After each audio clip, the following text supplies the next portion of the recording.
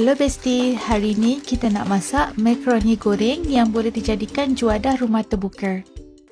Mula sekali, panaskan sedikit minyak dan tumiskan bawang merah dan bawang putih yang telah dikisar halus, tumis sehingga sedikit keperangan.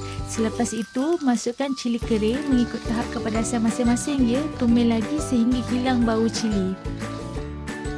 Masukkan air rebusan makaroni, tumis lagi sehingga pecah minyak. Untuk protein, masukkan daging cincang. Kalau nak gantikan dengan ayam atau seafood pun boleh ya. Gaus sebati sehingga daging masak. Kemudian masukkan sos tomato, sos cili, sos tiram dan kicap manis. Gaul rata.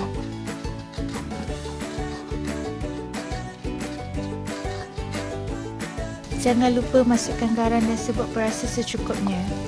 Untuk sayuran, masukkan lobak merah dahulu kerana ianya keras. Seterusnya, kita masukkan makaroni yang siap direbus.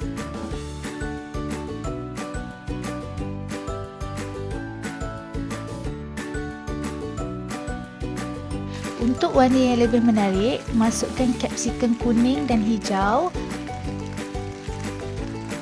Gaus sebati.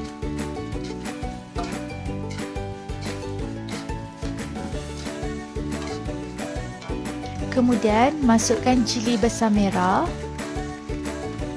kucai bersama lada benggala yang dipotong dadu kecil.